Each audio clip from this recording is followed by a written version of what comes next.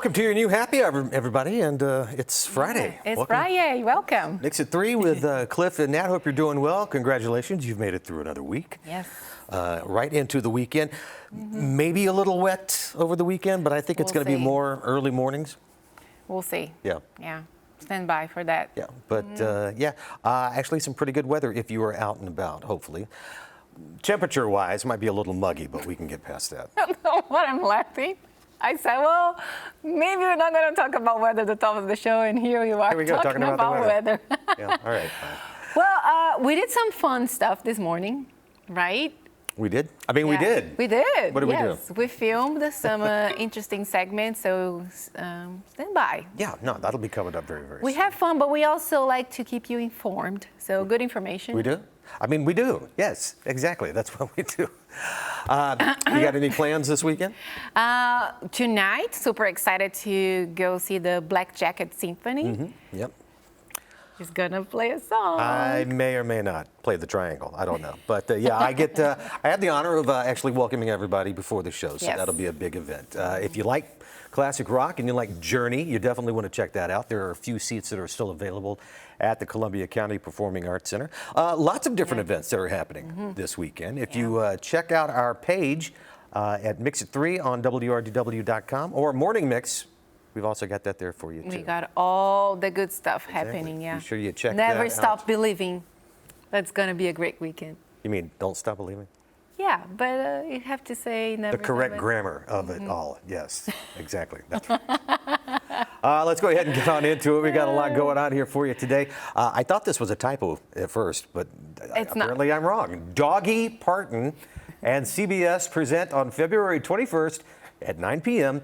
Dolly Parton's Pet Gala, a 2-hour variety special featuring exclusive performances by music's biggest stars and one-of-a-kind runway, revealing the best in doggy fashion, featuring Parton's most iconic looks, as well as embellished looks from Dolly's Dolly Parton pet line.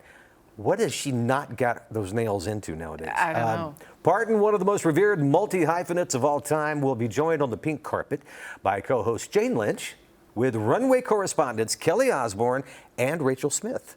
Now, the special event will feature performances of Dolly Parton classics, including 9 to 5, I Will Always Love You, Puppy Love, and of course, Jolene. So yeah, in addition to the stylish pups working the runway in the latest doggy fashion trends, the show will feature special guests appearing alongside their beloved pets, including Drew Barrymore, Kristen Bell, Neil Patrick Harris, Carson Kressley, Jim Nance, and Jessica Simpson, among others. Okay.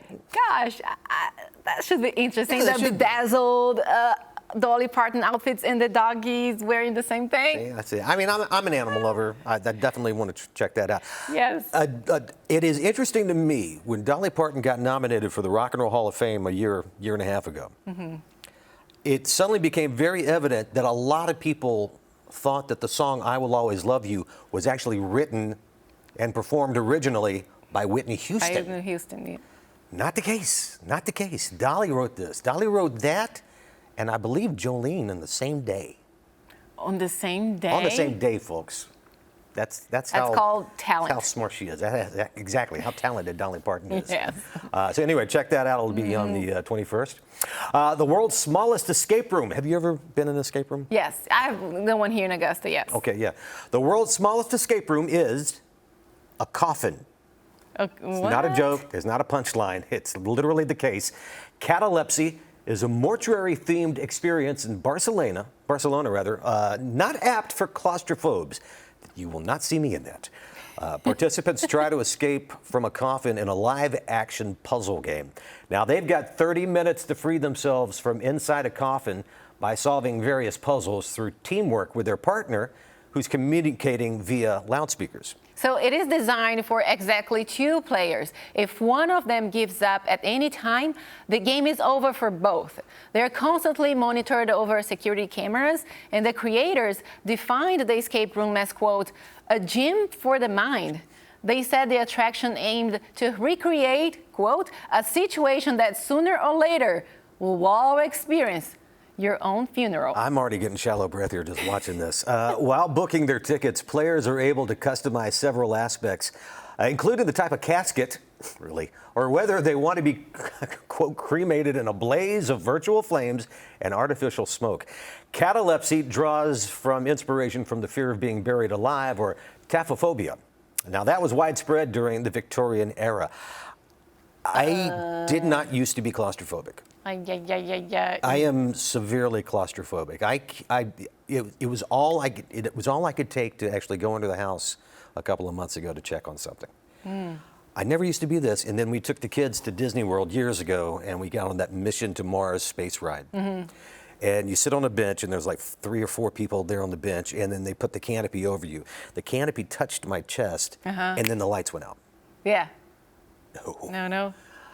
I was looking for like the exit button, emergency button. I just sat there the entire time going, this is how bad it was. I crawled over my own son to get out of the ride. Now that I have this piece of information, you handled pretty well that day you got stuck in the elevator. You Really? handled the situation. Ask the guy that was with me in the elevator. He'll tell you how well I did. Yeah, don't ride our elevator, folks, okay? On the way, we're talking about mental health. Good, because it works for me. January, Mental Health Awareness Month. We've got some tips to help you be the best you that you can be. That's coming up. Well, in addition to January and New Year resolutions, January is also Mental Wellness Month. Time to focus not only on your physical state, but your mental state too. That's right. We had the chance to speak with Dr. Jessica Britt Thomas. She's the Director of Integrated Behavioral Health Science at WellStar MCG Health to talk about Mental Wellness Month. Dr. Jessica, thanks so much for joining us. Thanks for having me. Of course, such an important topic to talk today. So what does mental health wellness highlight? Yes, so the month of January highlights the importance of focusing in on mental health.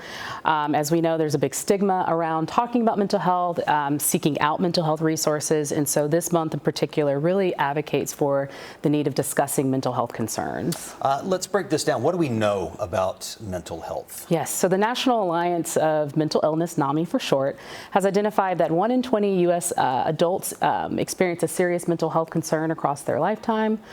1 in 5 U.S. adults and then 1 in 6 youth, which is ages 6 to 17, will experience a mental health concern across each year. Further, 50% of us usually have some kind of mental health diagnoses or symptom before the age of 14, and then 75% usually before the age of 24. And then suicide is the second leading cause of death among youth ages 10 to 30. So it's pretty prevalent. It's something that we need to know and discuss a lot more. Alarming numbers, for sure. And what is mental health wellness? Mental health wellness is, so we think about wellness as a physical attribute. So nutrition, weight management, exercising, and those are all great. Mental health wellness is an holistic approach which really encompasses our emotions, our mood, how are we going about our days? Are we happy with our days? Are we loving the best version of ourselves? Are we the best version of ourselves? So it's a holistic approach which encompasses all of the physical and emotional attributes of oneself. Question here that I'm just very curious, and I've had other people my age and older ask about this as well. The mental awareness, and it seems like more cases being reached out in the last number of years. Is it more, or is it just because we're recognizing it more than in previous years? Good question. A little bit of both. I think people are becoming more comfortable. We're normalizing that it's okay to acknowledge if you need help. COVID also contributed to an increase in mental health concerns. So there are just mental health concerns that have increased over the last few years. So it's a combination of everything. Okay, so let's talk now about tips. What are some tips for mental health wellness? Yes, so there's a lot, right? But we only have so much time today. But I wanted to highlight a couple that I have found very useful, and one being creating a mental health plan, right? The best thing to do is create a plan before we are actually in a crisis or in distress. So coping skills, do we have go-to coping skills? Do we have people that we can rely on? Do we have routines that can help us decompress from the day? Those are things that we should be thinking about on a regular basis. Putting yourself first, right? Your needs, am I the yes man? Am I taking on too much? It's easy to fall into a trap of wanting people to rely on you, especially if you're the person that is the primary breadwinner or the primary person. So being able to kind of say no and put up those healthy boundaries are really helpful as well. Practicing self-acceptance, slowing down. So, hey, have I taken on a lot? This is a very hot month where everyone is changing themselves. New Year's resolutions, right? We're all starting a new sense of self. But am I adding too much on my plate, which will create burnout, which kind of is the opposite of wellness, right? It's the complete opposite. We don't want to do that. And then asking for help. There's a lot of strength in asking for help when we need that. Not everybody is 10 foot tall and bulletproof today. And we have this 5-minute mental health checklist that people can do for themselves. Absolutely. Right before the day, in the middle of the day, have I eaten today? Have I had my breakfast? Am I planning on, what am I making for lunch or dinner? Have I showered, right? How's my hygiene today? Have I connected with a loved one? Was there someone I said I was going to reach out to, but I haven't been able to get back in touch with them? And what am I thinking right now? What are my thoughts as I'm entering the workday, as I'm starting the morning? Anything positive that I can kind of say to myself as I get going or continue on across the day. I love this. We should have on our phones. Have I showered today is usually the one I'm asking during the weekend. If I'm not having to do anything. Yes. Yes, definitely. So no, I'm not going to be hanging out with you on weekends. Okay, I said weekends, not Monday through Friday. Okay. Yeah, now I know. Avoid Cliff on the weekends. Yes. Got it. All right, Dr. Jessica, where can you find more resources? Yes, so there, the AmericanMentalHealthWellness.org is a great place. The MHANational.org is another place, and then WellnessEveryday.org. All three have great resources, tools, kits, worksheets that you can use that are all helpful for finding more information on how to better yourself. All right, all that information is out there for you. Dr. Jessica, thank you so much for joining us. Thank you guys for having me. And I did shower, by the way. Okay. Okay, good. All right, coming up, despite inflation and higher interest rates, there are plenty of jobs right now. January and February are some great job search months. After the break, we'll tell you some ways to land that new job. That's next here on Mix at 3. All right, to get a new job nowadays, the average job searcher needs to make themselves stand out amongst the tight competition for job openings. But how do you stand out in this very competitive job market? That's right. There are some important things you could do. Career consultant Eno Eka shared some tips with us. Take a look. All right, into the new year. For a lot of people, that means a new beginning, even work-wise. And we are speaking with Eno Eka. She's a business analyst and CEO of Eno Consulting and Business Analysis School. And thanks for joining us here today. Appreciate it. Thank you so much for having me. Good morning. Thank you. Thank you. So let's talk about this. Let's talk about some tips, how you can polish your resume. Brand new year. That means you got to, show you the best way you can. How can you polish that resume to showcase all of your skills? Yeah, so to polish your resume in this new year, you want to make sure that you're highlighting the hot skills, the in-demand skills that employers are hiring for, not just your experience, and make sure that you are including metrics on your resume. Employers right now, they want to see how much value you can contribute to the company's success. Okay, so in this, I've got an account on LinkedIn. I really don't use it a lot, but apparently I should use it more too. Why is it important that you post your professional profile on LinkedIn and be sure that you're networking regularly? LinkedIn is such a powerful tool, right? It is a search engine, right? The search engine optimized, and so it is keyword heavy. So you want to make sure you have a highly optimized platform profile with the right keywords, because companies are searching for the keywords and the skills. And you also want to make sure that you are networking, because there's a lot of opportunities that you can find on LinkedIn if you don't have a great profile. Yes, very true. Yeah, very true. So, and what is the advantage of informational interviews and job shadowing before entering in a new field? Yeah, it is advisable for you to start to do a job shadow before you transition into a new career, because you can get to know the day-to-day responsibilities that person has on the field. You can see what they do, and it's to help you make an informed decision. So use platforms like LinkedIn. Ask people if you can learn more about the day-to-day responsibilities that they have, and that would actually help you to know if you want to really make that decision. And also do informational interviews. That helps too. Very informational tips, yes. What are some tips on how to network with current personal and professional contacts? Yeah, so networking is really just building relationships and leveraging your existing relationships. So you want to reconnect with friends, former classmates and colleagues through LinkedIn and Facebook. Seek insights from them. Tell them you're looking for a job and get those insights from them. You really want to tap into that hidden job market. All right, it's good to know. So now, if you've got some hot jobs out there, some hot jobs in consulting, if it's IT, some other in-demand areas that you recommend seeking, what are some of those? Yeah, so I'm in consulting and IT, and there's a lot of high demand for skilled professionals right now, competitive salaries, opportunities for job growth, and a fulfilling career. So if you want to get into consulting, look at the skills and experiences that you already have and reach out to companies to provide those services for a fee. I share more tips on consulting, landing a job on my LinkedIn profile.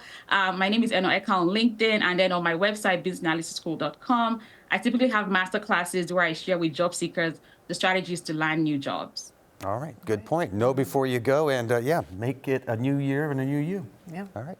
Eno Eka, career consultant, thanks so much for spending time with us today. Thank you so much.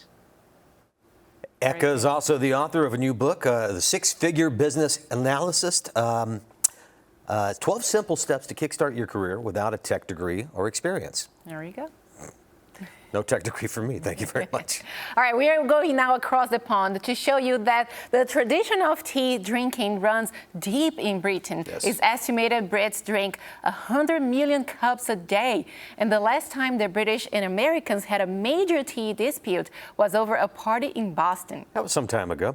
And now a U.S. scientist is stirring up debate, claiming Brits are missing a key ingredient for the perfect cup of tea. Ian Lee is spilling the tea on the salty controversy.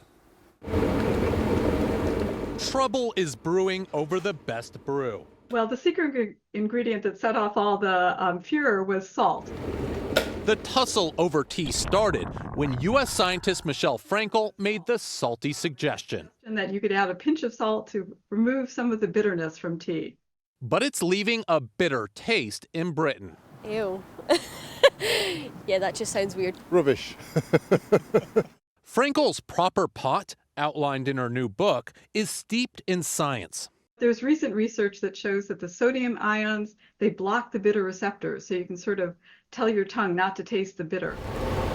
The tempest in a teapot triggered a diplomatic dispute.